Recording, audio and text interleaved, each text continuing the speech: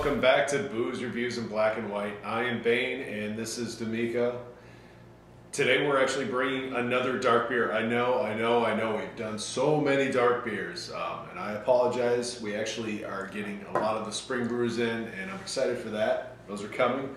But today we got a little special brew, local brew. What do you got? This is Badger Hill's Foundation Stout, made here in Minnetonka, Minnesota. You know, if you watch Purple Rain, the waters of Lake Minnetonka. Anyways, I won't go there. These guys are brand spanking new.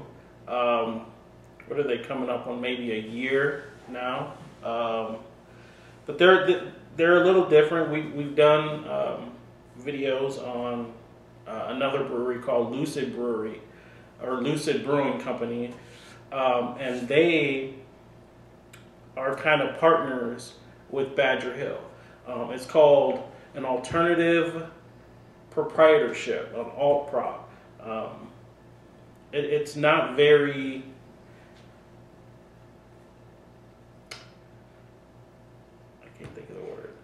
not very common. No, it's not common. It's not common at all. When Lucid opened, they had the ability to actually expand 3 to 4 times the size that they were currently using. Yes. Badger Hill actually moved in using John Bierman, is that right? Eric Bierman. Eric Bierman as their brewmaster to help them out since they were so new. These guys are really home brewers. They kind of announce that, they don't hide it, and Eric is helping them out, getting them started.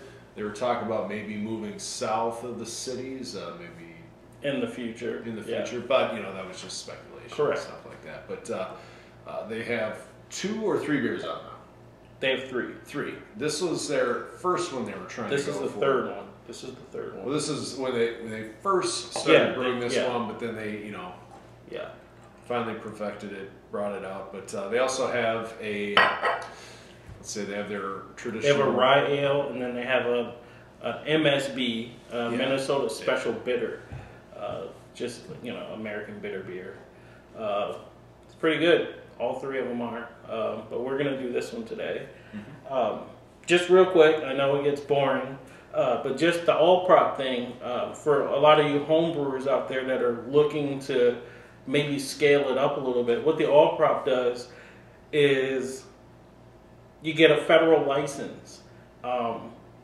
2 companies or entities can then join forces, sharing the same equipment in the same space. They are 2 separate companies still, Lucid and Badger Hill.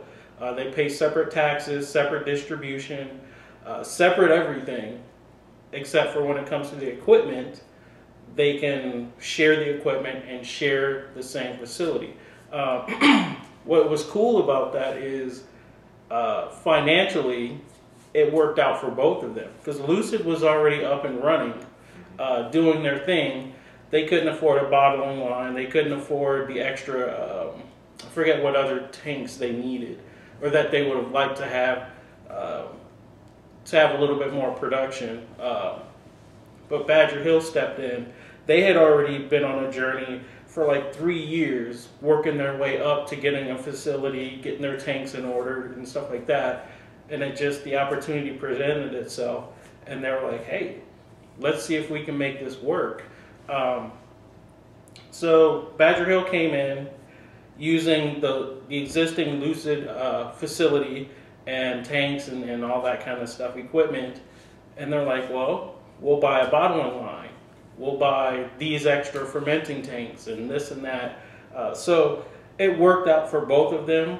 And, and going forward, they can kind of split the cost on other equipment if they want to get a little bigger, whatever, what have you, however it's going to work.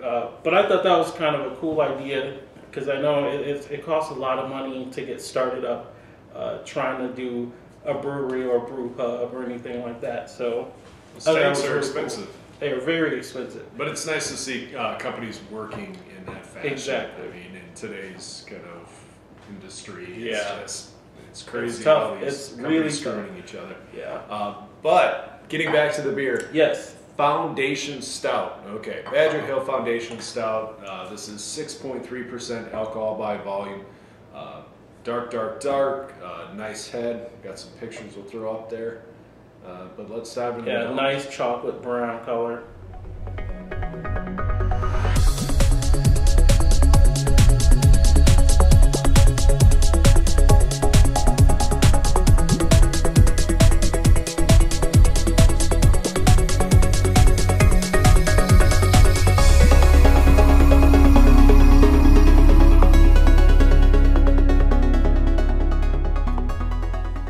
Getting a faint coffee scent to this guy. Yeah, sweet coffee almost. It is. Chocolatey, almost Tootsie Roll, like chocolatey, not That's a good Hershey's or anything, but the Tootsie Roll kind of toffee, chewy stuff. It doesn't go full blown chocolate though, but just a slight bit of it. But yeah, just kind of like a sweet, kind of not stale really, but kind of a lighter coffee scent. Yeah, sweet malts, roasted malts, little nuttiness, A little bit of nuttiness. little like vanilla, extract, not vanilla bean or anything. Just almost the imitation vanilla extract, if you will. Just the smell. All right. Not bad. So, yeah, that actually steps up to the plate, for me anyway. Yes, you guys all know I'm not a huge fan of drinking coffee. I don't drink coffee. But over the last year or two even, I don't mind these stouts and porters and even some of the coffee infused beers that have that essences of coffee. To me, this tastes like instant coffee. Like, sneak a sip of grandma's Sanka, the crystals, the Folgers crystals or whatever. The bitter, no sugar, just boom. All that sweet maltiness kind of just dissolves, and you're left with the big coffee. For me, anyway, a little bit of vanilla, a little bit of caramel, a little bit of maltiness, but not much. The hops step up in this one. Not really actually, for a stout, it's kind of a tongue bruiser, which is nice for me. Yeah. It adds a completely different component. And I'm talking too much. Go ahead. What do you think? No, I mean, you hit on a couple of good points. The hops show up here. The body is not as heavy. This is an American smooth stout, they're calling it. And that's what it is. It's lighter body. It's more friendly. Everything in here kind of gets a chance. It's not big on coffee. It's not big on chocolate. It's not super huge on malts. But yeah, easygoing, smooth. I mean, I get a little bit of... kind of like, it almost seems like, I gotta hit this again. I think the viscosity is thin, but I get a lot of flavor out of it. Just a ton of things are going on. Well, I think it's that vanilla that's coming through. The vanilla is there. That's kind of that bringing about that sweetness, but really, I'm kind of thinking overall this is kind of a drier style. Oh, for sure. But I think that vanilla is the only thing that's really giving it like a sweet, kiss. Not too bad. Even with the viscosity not being heavy and stuff, I think this is more of getting into, summer, spring. This is a stout that I could probably handle during the hot months. And I know Minnesota doesn't get hot for long. He's a wuss. I am. But yeah, I mean, this is a good all-round beer. I agree. I like it. I honestly, the hops step it up to that other notch for me. I really like it. To get an idea of the weight that we're talking about, calling it thin or lighter bodied, like a Guinness draft isn't heavy. It's not. This has a little bit of essence of that Guinness without the hops. Guinness doesn't have that hop character to it. This brings it, steps everything up another notch.